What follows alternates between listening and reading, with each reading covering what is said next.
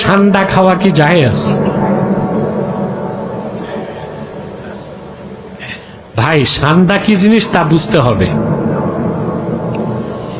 এটা হচ্ছে গুইসাপ জাতীয় প্রাণী, আবার কেউ বলেন টিকটিকি জাতীয় প্রাণী, বুঝলেন? আসলে ঠান্ডা খাওয়াটা হানাফি মাযহাব মতে নাজায়েজ, মাকরু তাহরিমা।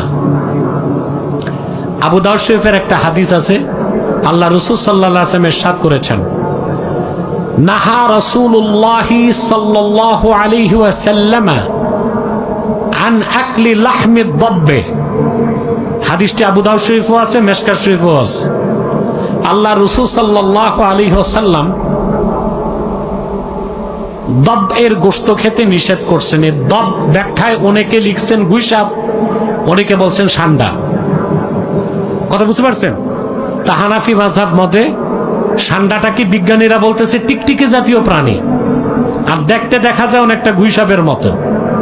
সর্বোপরি ওলামায়ে কেরাম হানাফিদের ফতোয়া এটাই, ষান্ডা খাওয়া মাকরুহে তাহরিমা, যেহেতু হাদিস শরীফে নিষেধ এসেছে।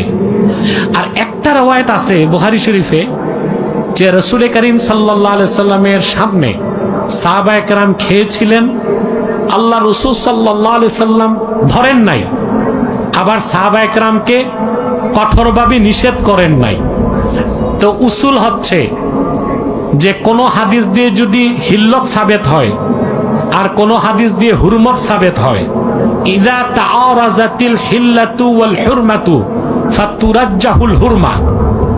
বুখারীর একটা রওয়ায়াত থেকে দেখা যায় খাওয়া যায়, আবু দাউদের রওয়ায়াত থেকে দেখা যায় খাওয়া যায় না। তো উসুল অনুযায়ী হানাফিগণ সিদ্ধান্ত নিয়েছেন যে হাদিসে নাহি আসছে, নাহি খাওয়া যাবে না, ওইটার উপর আমল করতে হবে। এই জন্য হানাফিদের মতে এটা মাকরুহে তাহরিমা, হারামের কাছাকাছি। ঠিক আছে? না খাওয়াই ভালো না, না খাওয়াই উচিত, ভালো না উচিত।